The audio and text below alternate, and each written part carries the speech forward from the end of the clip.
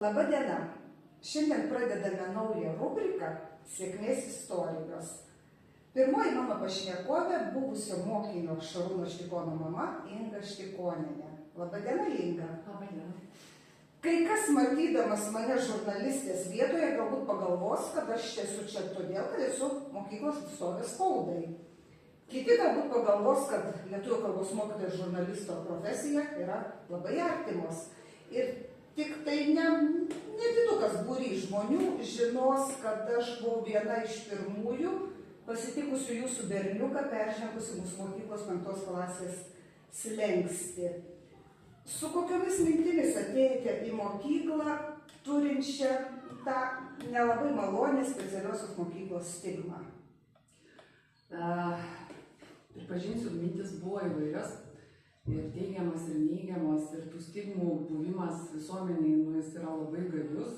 Ir tikrai daugybė žmonių sutiktų aplinkoje ir kvailino, ir bandė kalbėti, persigalvoti, bet tiesiog kiekviena šeima turi savo istoriją ir kiekviena ta istorija galbūt yra skirtinga ir tai, kas tiko mums, nebūtinai tiks kitiems, tai čia kiekvienas turim atsirinkti, bet aš tai siūlyčiau nebūti stručiais, nesislėpti, negalvoti, kad jeigu vaikas susidūrė su kažkokiom problemom, tai jis jas išaugs, kad sunkumų turi visi, o iš tikrųjų tai mes turim įsivertinti savo vaikus, ir aišku, mes nesam tėvai, mes nesam specialistai, kiekvienas vaikas mums yra savas, mylimas, geras, gražus ir protingas, bet tam yra specialistai. Ir iš tikrųjų, jeigu matom, kad vaikui yra sunku, jeigu matom, kad vaikui gali būti, kad reikia pagalbos, tai reikia tos pagalbos ir prašytis. Ir iš tikrųjų, tai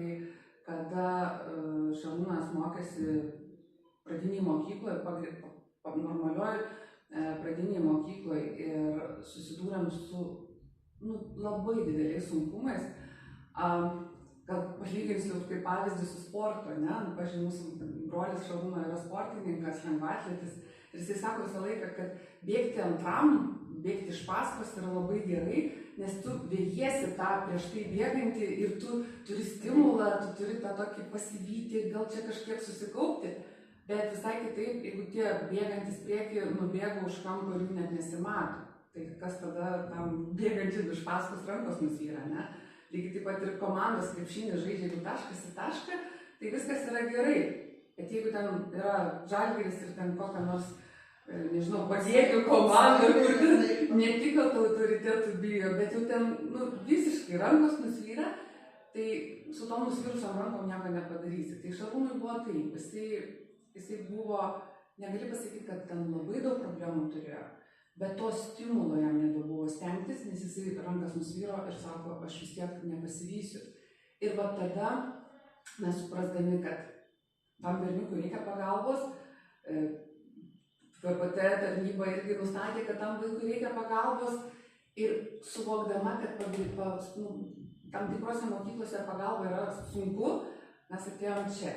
Ir čia niekada nesigailėjom atėję. Iš tikrųjų, tai yra visų pirma, tai pati mokyklos specifika.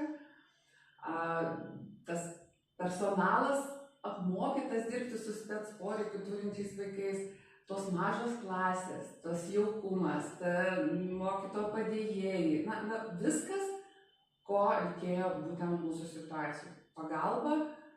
Pagalba mokiniui, specialistai ir tas dėmesys. Ir sakau, būtent Šarūnui suvokimas, kad jis ne vienas, kad jisai yra ir daugiau vaikučių, kuriam yra pagalbos, ir netgi šitoj mokyklai buvo ir tikrai su sunkesniom ligom ir su didesnė negalia, ir galbūt kitoj vietoj, galbūt kaip tik vaikas būtų išpuikęs, tai šiuo atveju Šarūnui patapo tai būti tokiu irgi globėjišku, mokytojai jį kreipdavosi su pagalbos, su organizaciniais reikalais, ir jam šita mokykla davė ne tik tai būtent mokymosi prasme, bet ir tokios brandos, tai yra saviraiškos, savim pasitikėjimo sudėję, ir mums tai buvo kažkas tokio. Tai, Kaip kitaip sakant, sakant, užbėgote, įbėgote pati nežinodama į mano antrąjį klausimą, kurį buvau tokį pasiruošusi. Ar viską, ko tikėjotės, radote mūsų mokykloje? iš esmės tai taip. Galbūt nustebins mano atsakymas, kad ko truputuką galbūt mūsų atveju šiek tiek buvo sunku, bet jau čia irgi mūsų pačių problemos, tai yra gal pasitikėti reikia mokyklomis ir jų pedagogais labiau negu buvo mum, nes kaip irgi, sakau, atėjom, gavom visko, ką tuo momentu reikėjo. Ir va tada, kada jau jam pasidarė lengviau mokytis, atsirado ta pagalba, tada vėl išlindo, žinot, mes turim tos bruožus kirminas. O tai gal jis būtų galėjęs ir kitoj mokykloje mokytis, o tai gal jis būtų tada viestis į stipresnius. Na, tai toks, vėlgi, tam tikriem žmonėm būdingi bruožai abejoti, tai va čia šitoje vietoje gal mes mažiau abejojam ateidami, negu kad paskui vis karts nuo karto kirminas kažkoks išlįsdavo, kad o gal reikėjo stipriau mokytis. Bet tai va čia labiau gal buvo paskutinėse klasėse, kada visgi direktorė pasiūlė mokytis toliau, tai čia vėlgi turbūt padariau iššūkį. Tai va būtent taip, turbūt tas, o gal jūs ir nuvedė jau nebe į specialiąją mokyklą. Kur Šarūnas nuėjo po 10 klasių? Čia iš tikrųjų didžiausia dėkingumo jums apraiška, kai buvo nustatyta Šarūno problemos ir disgrafija, ir disleksija, ir šiek tiek tas ne visiškai gerai tam tie smegenų jungtis veikiančios, nieko mes nebesitikėjom. Nes nedėjom jokių vilčių, galvom, kaip nors tą pagrindinę mokyklą baigti, gal kažkokį amatą susirasti. Ir tada aš kaip atsimenu, 10 klasėje, kada ir auklėtoja, ir direktorė sako, jūsų vaikas gali mokytis, man ta žinia buvo, tokia kaip žaibas iš giedro dangus, kaip gali mokytis, kaip dabar tas, tai vis tiek čia turbūt bus kažkoks tai kontrastas, reikės kažkur kažką vytis. Vis tiek ta stigma jūs. Ta stigma, jinai, kad ir kaip mes norėtume, kartais jos vejasi, jos lieka.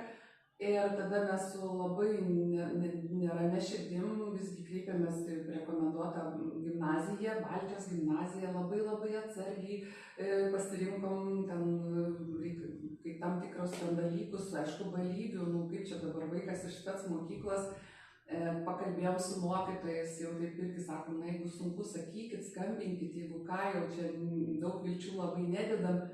Ir kada auklėta paskambino po kažkurio tai laiko ir sako, ateikit, reikia pakalbėti, aišku, jau rankos kojas išsigando, galvoju, turbūt sunku.